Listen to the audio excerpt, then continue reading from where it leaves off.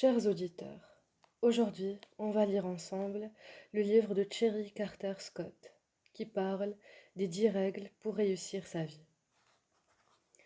La première règle, apprenons à vivre avec notre corps.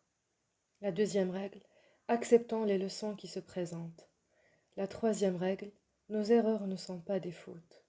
La quatrième règle, une leçon se représente tant qu'elle n'est pas apprise. La cinquième règle, l'apprentissage ne s'arrête jamais. La sixième règle, ailleurs l'herbe n'est pas plus verte. La septième règle, les autres sont notre miroir. La huitième règle, chacun de nous décide ce qu'il fait de sa vie. La neuvième règle, toutes les questions ont déjà une réponse. La dixième règle, à la naissance, nous avons tout oublié. Introduction. On compare souvent la vie à un jeu, mais on ne nous en donne pas les règles. Nous nous retrouvons un beau jour à la case départ, contraints de jeter les dés et d'avancer notre pion dans la direction qui nous semble la bonne, sans avoir reçu d'instructions précises à ce sujet. Le but du jeu reste vague, et nous savons à peine ce que signifie gagner. C'est le propos même de cet ouvrage, qui vous offre 10 règles simples pour jouer correctement au jeu de la vie, et pour comprendre un peu mieux ce que représente effectivement un être humain. Il existe des vérités universelles que chacun ressent confusément à l'intérieur de lui-même, mais que nous avons tous tendance à oublier. Elles constituent pourtant la base d'une vie digne de ce nom. Chaque règle implique un défi.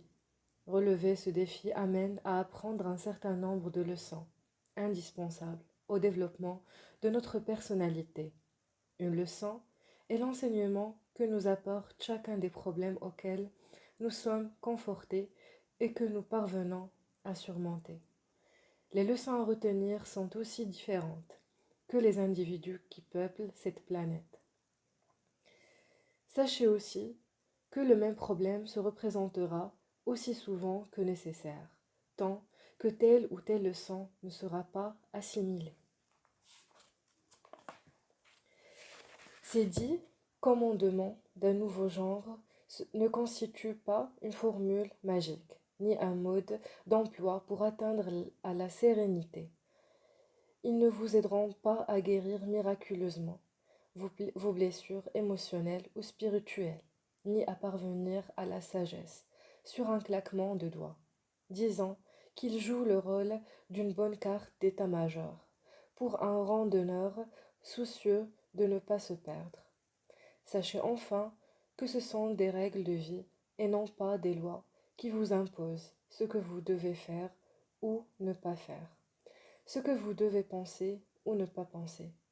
Au contraire, grâce au supplément de sagesse à laquelle elles vous permettront d'accéder, elles vous donneront le moyen de conquérir une plus grande liberté et de connaître une vie plus épanouie.